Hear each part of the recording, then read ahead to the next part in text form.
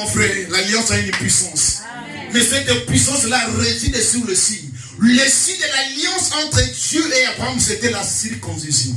Amen. Dites Amen. Amen.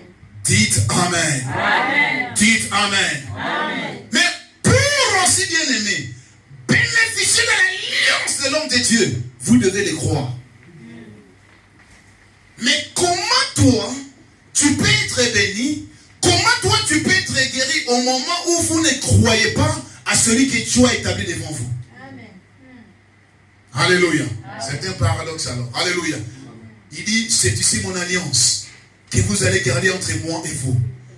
Ta postérité après toi, tout mâle parmi vous sera circoncis. Vous allez circoncis et ce sera un signe d'alliance entre moi et vous. Alléluia. Donc, Dieu a établi l'alliance. Il a établi un contrat. Il a signé un pacte entre Abraham et lui. C'est ça l'alliance. Dites Amen. Amen. Même les païens aussi disent l'alliance du sang jusqu'à ce que la mort nous sépare. Alléluia. Mais nous avons la véritable alliance, frère, qui a été conquise à la croix de Golgotha. Il y a eu un homme qui a abandonné le ciel. Un homme qui a quitté son trône. Il est descendu sur la terre. Il a été humilié. Il a été flagellé. Frère, il a accepté une opprobre. Oh, mon Dieu, mon Dieu, mon Dieu. Il est allé jusqu'à la croix. Il a été suspendu entre les cieux et la terre. Frère, il était là-bas nu.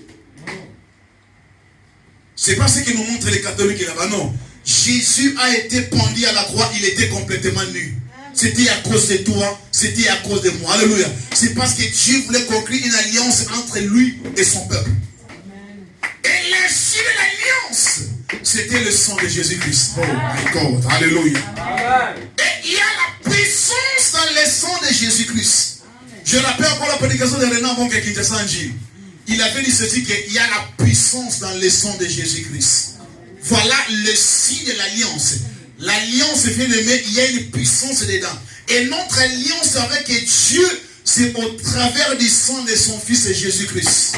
Voilà pourquoi c'est le sang de Jésus qui nous a rachetés. Et c'est le sang de Jésus-Christ, bien aimé, qui nous a purifiés. Et la Bible déclare que sans effusion du sang, il n'y a pas la rémission de nos péchés. Voilà pourquoi, bien aimé, aucune personne ne peut briser cette alliance-là. Parce que Dieu a signé un pacte entre lui et nous. C'est au travers de son sang. Voilà le signe de notre alliance. C'est le sang de Jésus-Christ. Dites Amen. Est-ce que tu peux acclamer d'abord le Seigneur? Gloire à Dieu. Gloire au Seigneur Jésus. Alléluia. Là, je vous ai montré, parce qu'il y a plusieurs alliances. Alléluia. Je vous ai montré un exemple dans l'Ancien Testament. Je pris le cas d'Abraham. Le signe de l'alliance entre El Shaddai et Abraham, c'était quoi? La circoncision. Alléluia. Amen. Que Dieu vous bénisse. Amen. Amen. Maintenant, prenons le Nouveau Testament. Dans Actes chapitre 9, vous allez voir quelque chose là-bas. Verset 1er. Je vais lire la parole. Acte 9, verset 1er. Cependant, Saul, respirant encore la menace et le maître contre les disciples du Seigneur, se rendit chez le souverain sacrificateur et lui demanda les lettres pour le synagogue de Damas, afin que s'y trouvaient des partisans de la nouvelle doctrine, hommes ou femmes, il les emmène liés à Jérusalem comme il était en chemin et qu'il approchait de Damas. Et tout à coup, une lumière venant du ciel resplendit autour de lui. Il tomba par terre et entendit une voix qui lui disait, Saul, Saul, pourquoi me persécutes-tu? Il répondit, qui es-tu, Seigneur? Et le Seigneur dit, je suis Jésus que tu es en train de persécuter. Il te serait dur de régimer contre les aiguillons. Tremblant et saisi de froid, il dit, Seigneur, que veux-tu que je fasse? Et le Seigneur lui dit, lève-toi, entre dans la ville et on te dira ce que tu dois faire. Le son qui l'accompagnait demeurèrent stupéfaits. Ils entendaient bien la voix, mais ils ne voyaient personne. Saul se releva de terre. Et quoique ses yeux soient ouverts, il ne voyait rien. On le prit par la main et on le conduisit à Damas. Il resta 3 jours sans voir et il ne mangea ni ne but. Or, il y avait à Damas un disciple nommé Ananias. Le Seigneur lui dit, dans une vision, Ananias, il répondit, mais voici, Seigneur. Et le Seigneur lui dit, lève-toi, vont dans la rue qu'on appelle la droite et cherchent dans la maison de Judas un nommé Saul de Tarse. Amen. Est-ce que tu peux d'abord acclamer le Seigneur? Gloire à Dieu. Dis Amen. Alléluia. Ici, on nous parle d'un homme qu'on appelle Saul de Tarse. Mais cet homme, il était en train de persécuter les chrétiens. Mais un jour, alors qu'il partait pour aller persécuter les chrétiens sur le chemin de Damas, il a rencontré une lumière surnaturelle. Alléluia. Suivez très bien l'histoire. Alléluia.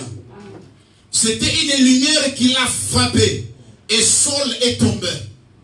Et Saul a posé la question. Parce qu'il était vraiment un juif qui était bien enseigné. Parce qu'il était assis au pied des Gamaliel. Il a posé la question. Mais qui es-tu, Seigneur? Alléluia. Je me suis posé la question. Mais comment est-ce que Saul a su que cette lumière surnaturelle était le Seigneur Jésus-Christ? Hey! My God. Alléluia. Le lion, c'est une puissance, mon frère. Écoute. Alléluia. La voix répondit à Saul de Tarse. Je suis Jésus que tu es en train de persécuter. Et pourtant, Jésus n'était pas là. Mais la question que l'on peut se poser alors, mais où était Jésus? Il y avait des hommes et des femmes qui représentaient Jésus. Oh my God. Est-ce que tu les sais